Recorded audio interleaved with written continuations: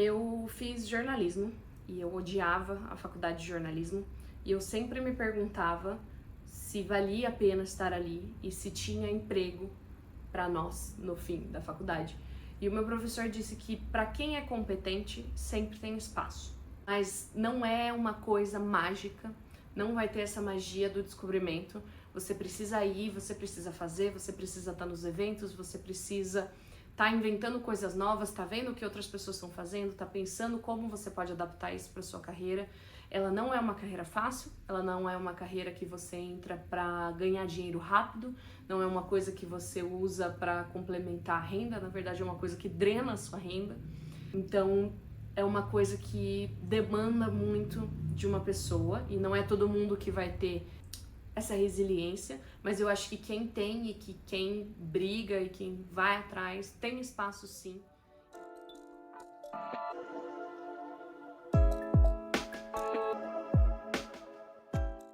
Eu acho que eu sou meio atípica no sentido de que eu comecei muito nova. Eu devo ter começado com uns 10, 11 anos. Eu tenho até hoje meus caderninhos e os meus caderninhos têm data de quando eu comecei a escrever.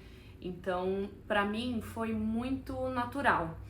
Os meus pais sempre leram muito e quando eu tinha 9 anos eu decidi que essa ia ser minha personalidade. O que realmente me fez adquirir o hábito da escrita foi uma situação específica de bullying na escola. Eu tinha 12 anos. Eu recém tinha mudado de escola, foi um ano complicado. E quando chegou o final do ano, eu já não aguentava mais. E aí eu falei, vou escrever do meu ponto de vista, porque ninguém me ouve. E eu percebi que ali ficou mais fácil das pessoas entenderem o que eu realmente estava passando. E depois disso eu nunca mais parei de escrever. Então nós estamos aqui oficialmente 13 anos que eu tô escrevendo, sem parar. Bem, eu desde criança sempre escrevi muitas histórias em quadrinho. Então eu costumava ler muito, né? Não só livros, mas também, acho que como toda criança, as gibi da Turma da Mônica. E eu gostava de fazer minhas próprias histórias. Então, desde cedo eu escrevia, assim, e até que eu percebi que o que eu gostava realmente de estar fazendo histórias de quadrinho quando criança não era a parte do desenho, mas das histórias em si. O meu processo, ele é meio esquisito, mas eu normalmente trabalho em projetos. Eu sou muito ruim nessa coisa de manter rotina. Eu tenho uma fase que eu chamo de fase de lua de mel. Então eu vou ter a ideia, vou decidir que esse é o meu projeto principal. E aí eu vou escrever 30 mil palavras absolutamente baseado em vibes.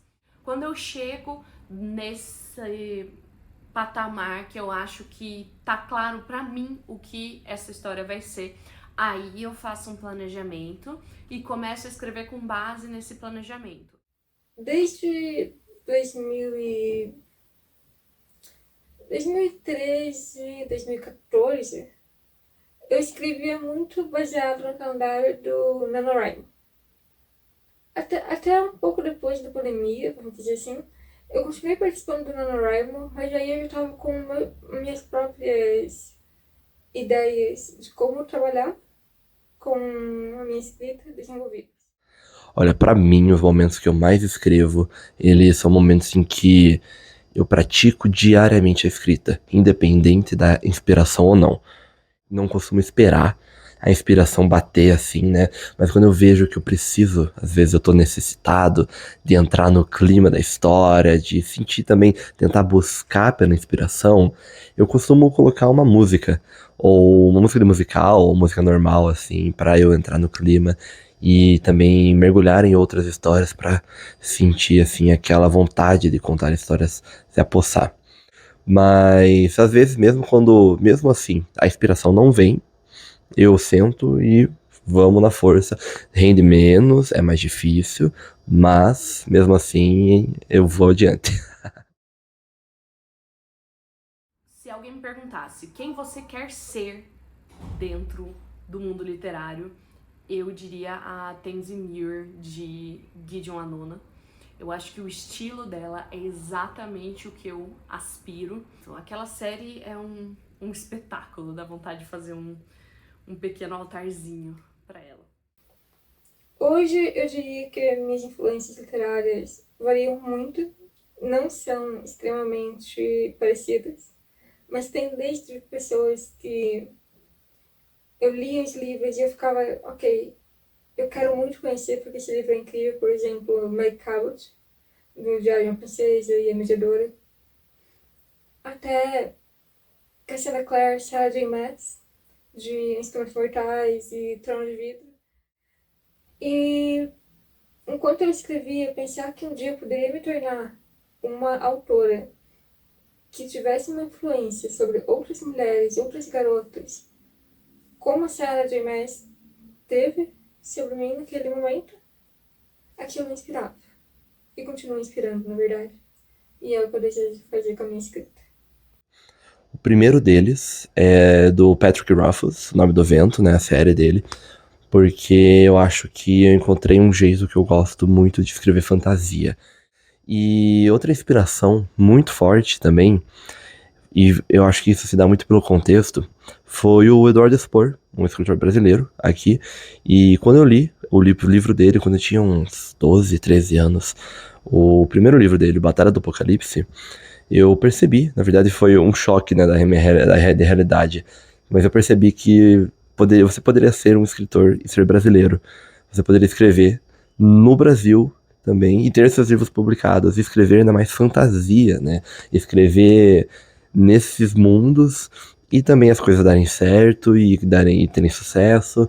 Então, quando eu conheci isso, foi um choque de realidade, porque eu, por algum motivo, nunca havia pensado e cogitado que daria pra você escrever no Brasil, sabe? Você sendo brasileiro.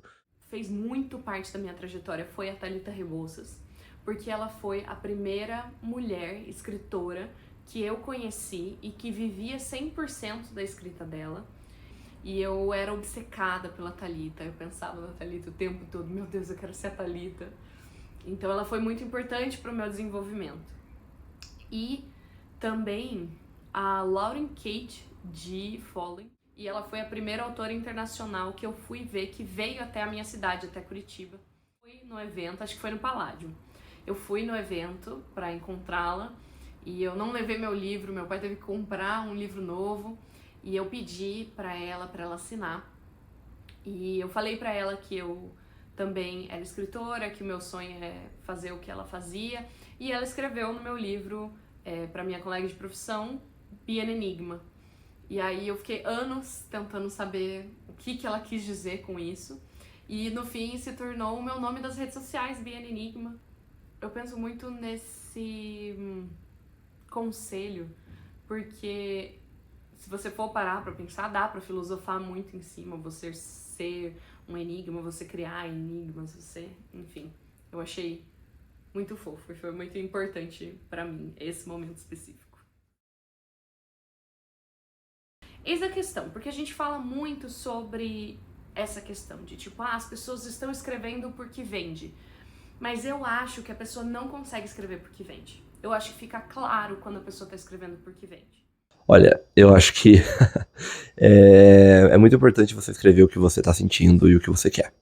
Quando você parte do seu próprio estilo e ele não é a moda daquele momento, e você não é um autor renomado, você não é uma J.K. Rowling, você não é uma Sarah J. Maas, vai ser mais difícil. Mas isso não é motivo para você se render ao que é moda e desistir da sua identidade. E eu não vou parar por não ser. Eu vou me esforçar para que mais pessoas conheçam o meu trabalho e eu não tenha que depender, na verdade, desses fatores externos. A questão de você seguir, ser fiel aos seus gostos, ser fiel a quem você é justamente para isso, para você não sentir que você está construindo uma coisa que não é sua, que você está fazendo uma coisa com a qual você não se identifica. Então, eu acho que é importante a gente pensar na questão de venda, mas o marketing, ele é cíclico. Até porque quando isso for publicado, quando o que você escreveu ser publicado, devido às diversas horas que você vai gastar, dias, semanas, meses escrevendo, anos também, às vezes. E para ser editado, revisado, publicado, isso vai demorar muito tempo. E até lá, as modas vão ter mudado. 10 anos atrás você tinha Crepúsculo estourando, aí teve uma época que ninguém queria saber de vampiro e agora você tá tendo novas ondas de livros sobre vampiros. Então é uma questão de, ninguém gosta do que eu gosto, mas talvez daqui 5 anos, daqui 10 anos, a questão é você continuar escrevendo, você guardar determinados projetos que você acha que não funcionem agora para publicar mais pra frente. Enfim, é importante não por uma questão moral, mas por uma questão produtiva mesmo, por uma questão de durabilidade, de sustentabilidade da sua carreira. Quanto tempo você acha que você consegue sustentar uma coisa que você não gosta? A leitura beta é uma etapa que a gente não pode pular de forma alguma. Pra mim, eu não me veria publicando nada sem um beta. Fanfics eu até publico sem uma leitura beta, mas para coisas que eu vendo de jeito nenhum.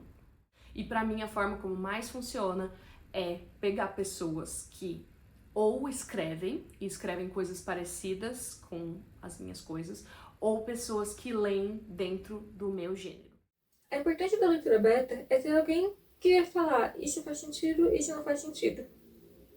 Desde enredo até ortografia. Para mim foi muito valioso ter esse feedback de outros escritores que conhecem as ferramentas que eu estou usando e também de leitores que estão habituados, que leem dentro desse gênero e que conseguem mais ou menos entender o que eu estou fazendo. Para novos escritores, eu diria para fazer a mesma coisa. Procurem comunidades de escritores e, mais do que isso, procurem comunidades de escritores que tenham a ver com vocês.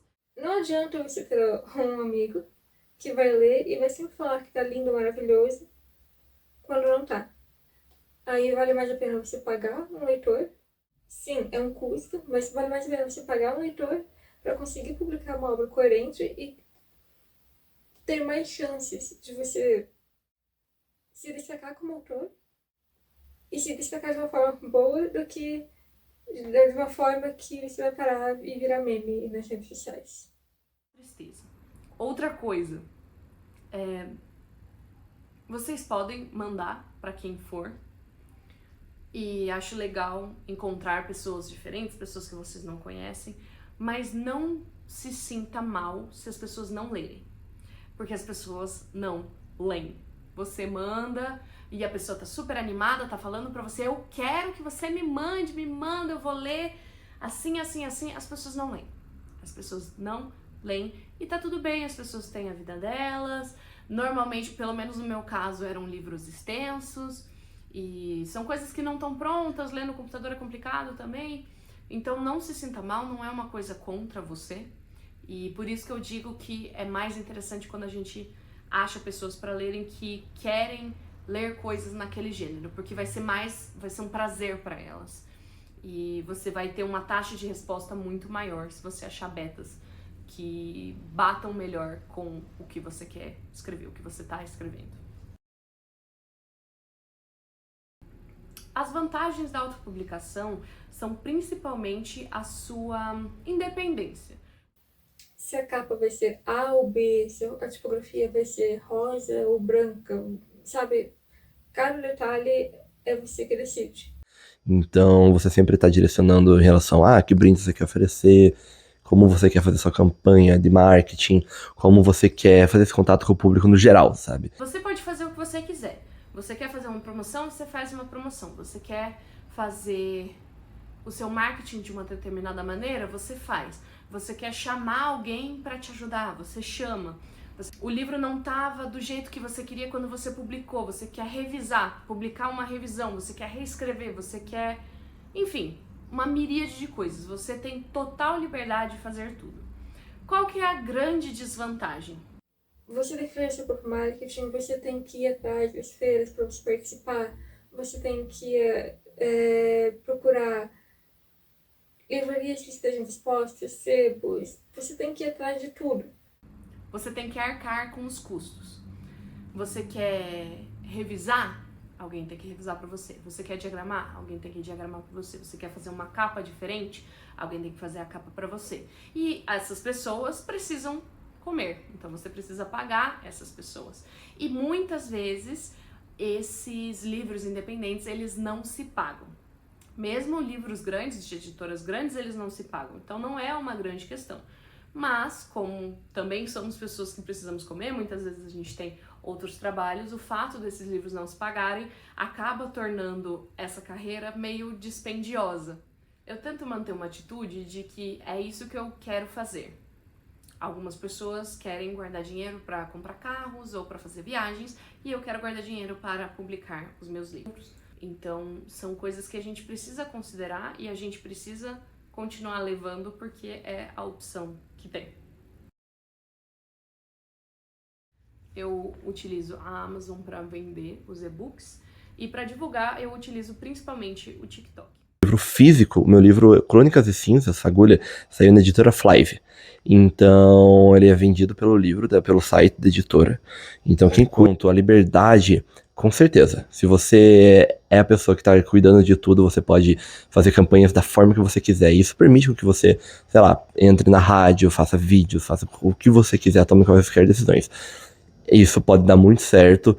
Você pode realmente acertar, fazer uma campanha diferente que surpreenda. Mas isso tem um custo do trabalho e do seu tempo que você vai colocar nisso.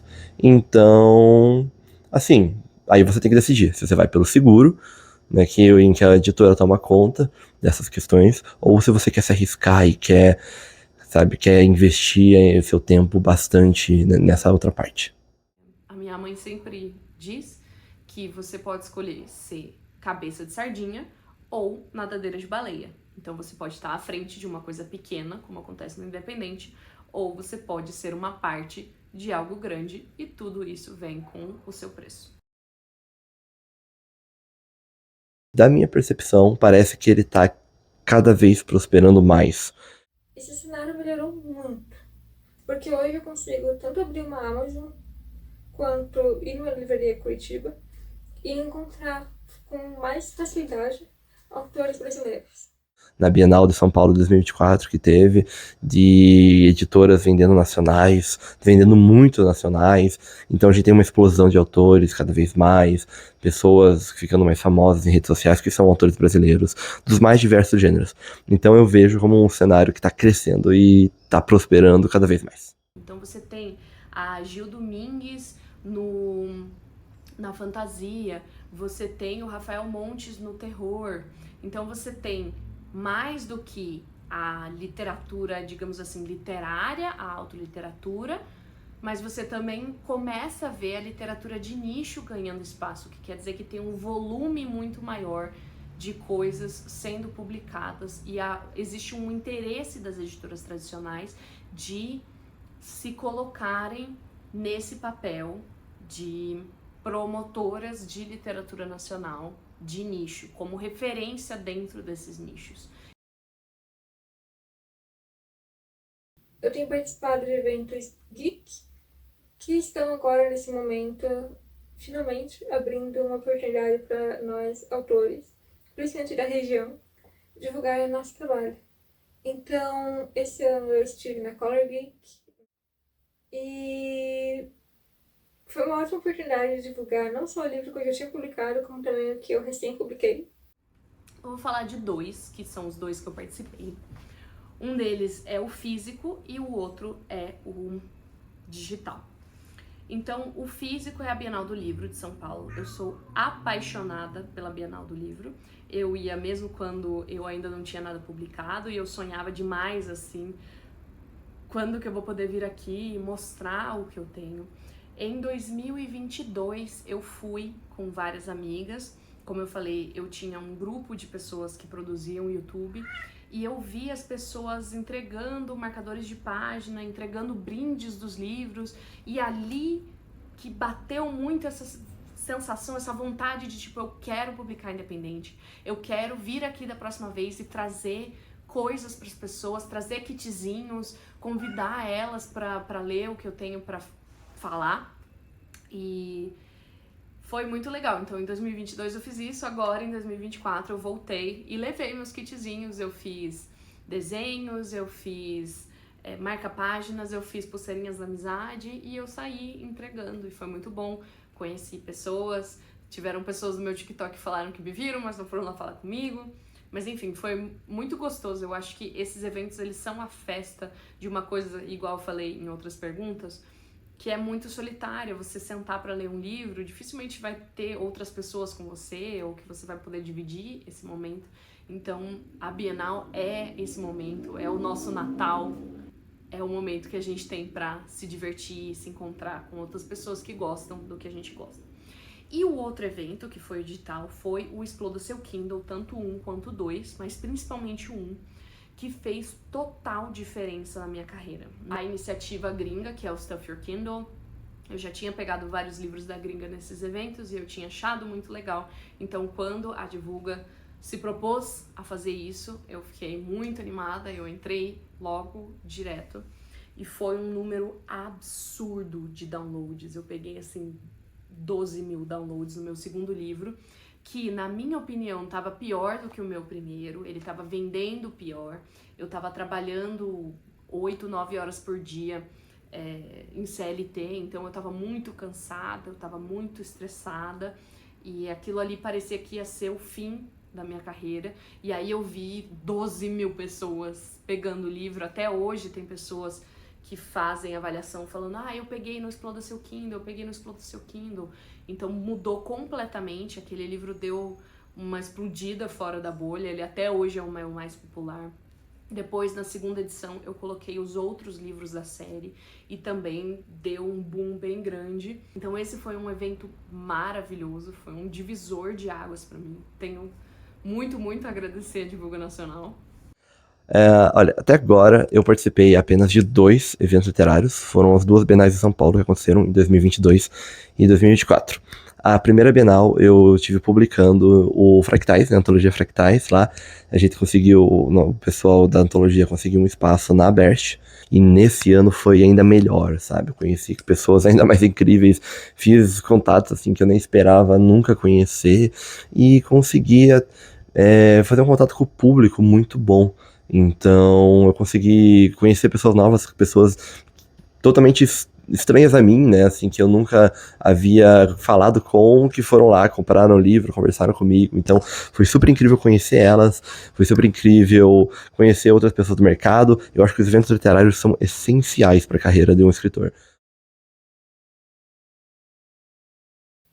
Todos, porque a literatura já é algo difícil de se trabalhar dentro do Brasil. O brasileiro não tem costume de ler. Eu acho que essa aqui não é muita novidade pra ninguém, mas eu acho que o maior desafio, com certeza, é o viver de escrita, né? É a parte financeira. Você tem que realmente estar no topo para estar conseguindo viver como escritor. Então, enquanto você é escritor independente, eu acho que a maior dificuldade é que você nunca é apenas escritor independente. Você também é escritor, além de você sempre ter algum outro emprego formal, algum outro trabalho que você precisa ter para se sustentar. Com lágrimas. Com muita dificuldade, é difícil. O tempo todo é você e você. Mas o esforço vale a pena no final. Isso eu posso dizer. Mexe muito com a gente quando a gente consegue, tem essa sensação de trabalho bem feito, de trabalho cumprido. Então a forma que eu lido é difícil, mas mantendo essa mentalidade de que são passos que é preciso passar, se isso é uma coisa que você quer muito. E eu acho que para todas as carreiras tem esses momentos também. Olha, com certeza, claro. Eu tenho muita sorte de ter conseguido ser publicado pela Flive já, e também fazer parte do quadro de autores tradicionais deles. Mas, além disso, com certeza, assim, a gente sonha nas grandes, enormes, maiores editoras do Brasil, isso com certeza. Mas a gente sonha muito com isso porque a gente acha que ao entrar numa editora tradicional, a gente vai ganhar leitores, a gente vai ganhar um público enorme, porque a gente vai estar na maior vitrine de todas, Mas as coisas não são bem assim. Porque você vai levar, a editora tradicional vai querer você porque você leva leitores, sabe? Não porque ela te dá leitores. Então isso é muito importante. Você primeiro tem que conquistar leitores para começar a subir a escada. Gostaria muito, mas não é uma coisa que seja meu objetivo no momento. Mas acho que virá um dia, é o sonho. Muito, inclusive, estou disponível se alguém quiser. É importantíssimo você ouvir todas as críticas e você aprender com elas. Mas também é importante você entender, sabe, da onde elas estão vindo. E na hora de ouvir as críticas também, você tem que se parar e pensar também, não pode ficar na defensiva e falar, cara, não, porque ninguém tá entendendo a minha história, porque não tá todo mundo errado, porque 20 pessoas já falaram que tal coisa é ruim. Cara, se 20 pessoas falaram, aí você já tem uma amostragem boa. Aí não é um caso específico de alguém que não é seu público-alvo. Então é importante sempre ter esses pensamentos. A crítica é essencial, você tem que sempre ouvir elas. Eu tenho uma filosofia de nunca ficar pirando tanto nas críticas, especialmente se elas não foram dirigidas para mim. O espaço de avaliações da Amazon, ele não é para mim. Ele é para outros leitores. O que a pessoa escreveu ali, seja bom, seja ruim, não é para eu ver. É para outros leitores verem, para eles se convencerem a comprar aquele livro. Raramente as pessoas vêm dirigir para mim as suas críticas, tanto boas quanto ruins. Em caso de críticas negativas, acho que ninguém gosta. O que eu sempre tento olhar é a validade do que as pessoas estão falando. Muito do que as pessoas criticam sobre os meus livros eu já pensei e foi uma escolha intencional não tratar daquelas preocupações. Em termos de críticas positivas, de coisas que as pessoas dizem, é muito legal, principalmente quando a pessoa termina e ela vem conversar com você no Instagram, isso é muito legal, essa interação. Tenha uma pessoa de confiança que leia, seja um beta ou não, um leitor beta ou não, tenha uma pessoa de confiança. Eu, como eu falei, tenho minha melhor amiga e eu confio muito na opinião dela. Mesmo quando ela não está fazendo a leitura beta, ela dá opinião, ela faz comentários como a leitora normal, e isso me ajuda muito a saber se eu estou seguindo um caminho bom ou não em relação à minha escrita. Eu acho que o meu conselho anterior, ele se aplica muito aqui. Não vai ficar bom, sabe? Esquece, você pode sabotar, na verdade não sabote, né? Mas mesmo que aconteça, mesmo que você se sabote, tipo, tá horrível, tá muito ruim, isso não importa, vai até o final, termina a obra, não importa a qualidade, só termina ela. E não se preocupa com o perfeccionismo, primeiro você termina, depois você volta e você refaz. Quem acha que escrever um livro é só chegar até a palavra final e mandar pra publicar, tá errado, sabe? Pelo menos assim, todas as experiências que eu conheço e as que foram as minhas também de pessoas ao meu redor, sempre foi assim, cara, o livro terminou, terminei a última palavra, agora respira que vão mais longos meses pela frente, a gente já vai corrigir esses problemas. Então assim, fica tranquilo. Você sempre vai ser o pior crítico do seu livro. As piores coisas que já me falaram em avaliações, e eu sei que eu merecia coisa muito pior em alguns desses livros, não disse nada que eu já não tivesse pensado.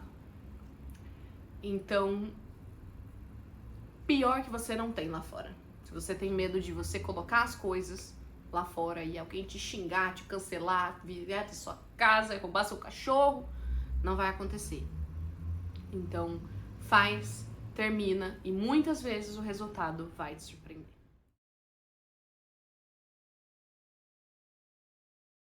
Com suito.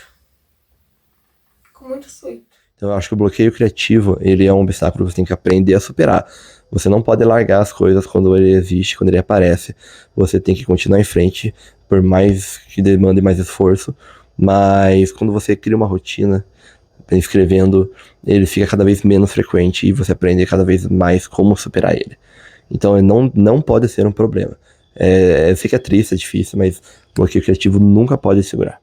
Jogar outros videogames, ler meus quadrinhos e escrever fanfic.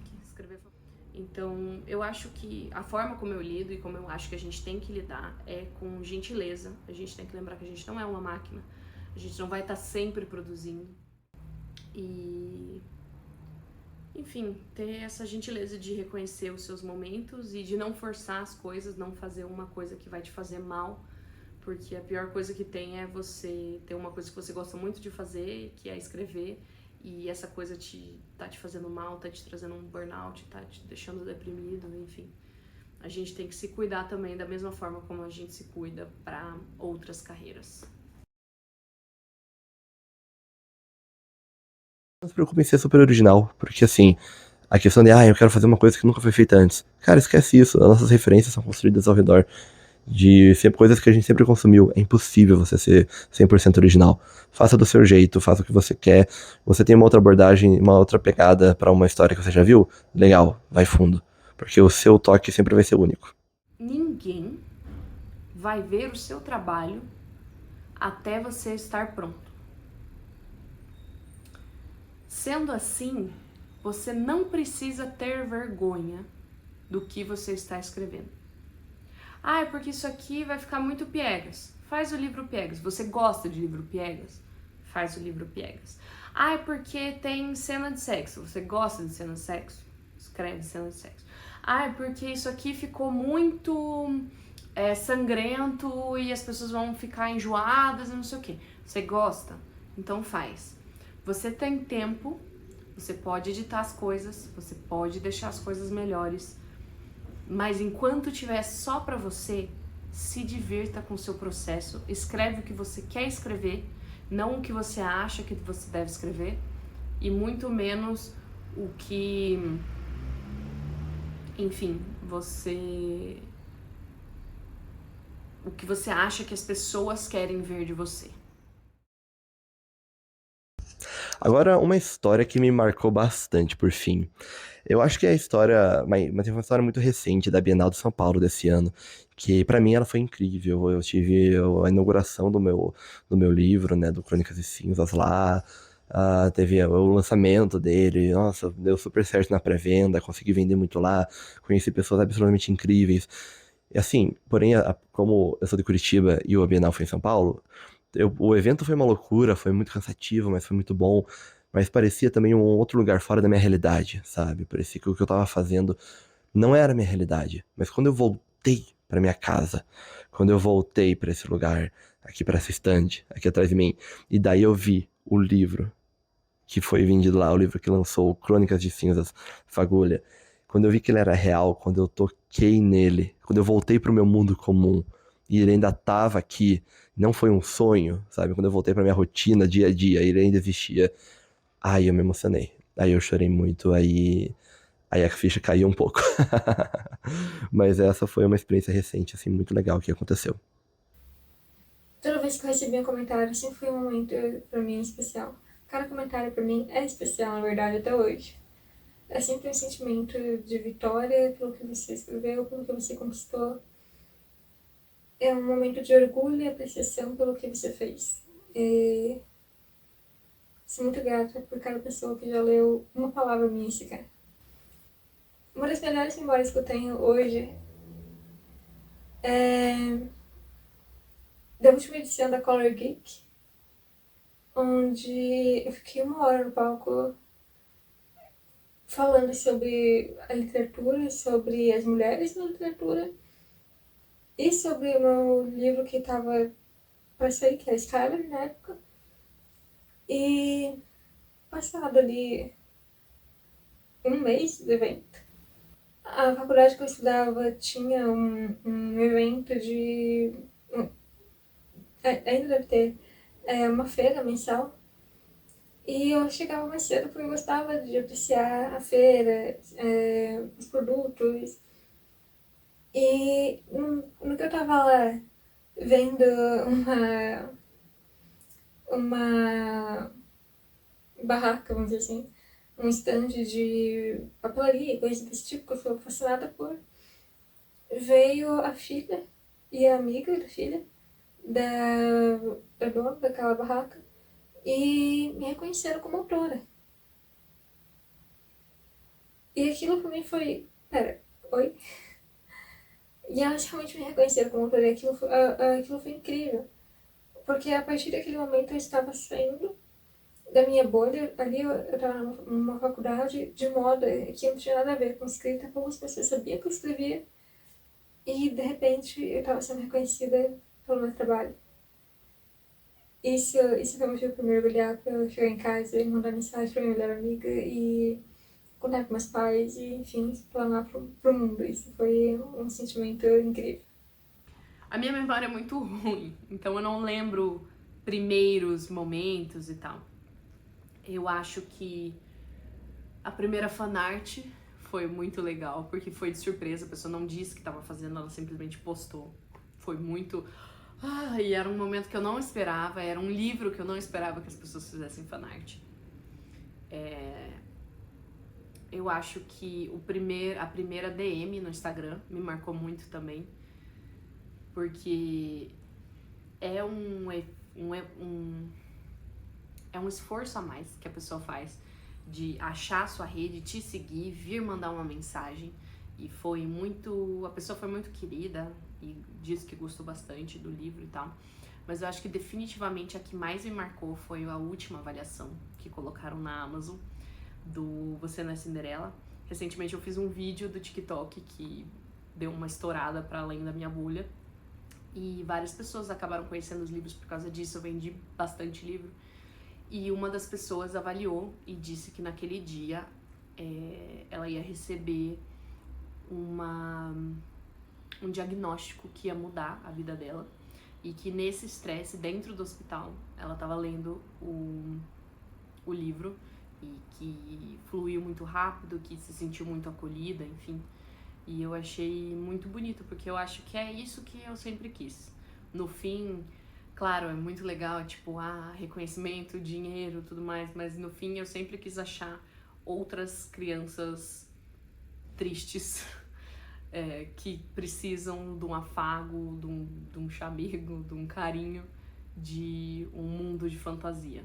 E aí ver isso num momento tão crítico da vida da pessoa me tocou bastante. Então eu diria pra você escrever o que você quer, o que você gosta, do jeito que você gosta. E mesmo sendo comercial ou não, não importa, sabe? No final das contas, eu acho que se você escreve por paixão, isso é mais importante. Eu acho que é isso. É muito difícil, porque acho que cada livro é um livro, sabe? Então é difícil falar como funciona o processo. É meio que como funciona ter filhos. Cada criança vai ser diferente, cada família vai ser diferente, cada pai vai ser diferente. Enfim, pergunta difícil. Pergunta 4. Você acha que é necessário seguir modismo... Pergunta 4. Você acha que é necessário seguir modismos literários para ter sucesso como escritor? Ou é mais importante ser fiel ao seu... Oh, meu Deus, eu não sei falar, gente. Mas eu tento, acima de tudo, ler. Tanto que eu tenho uma pequena coleçãozinha aqui.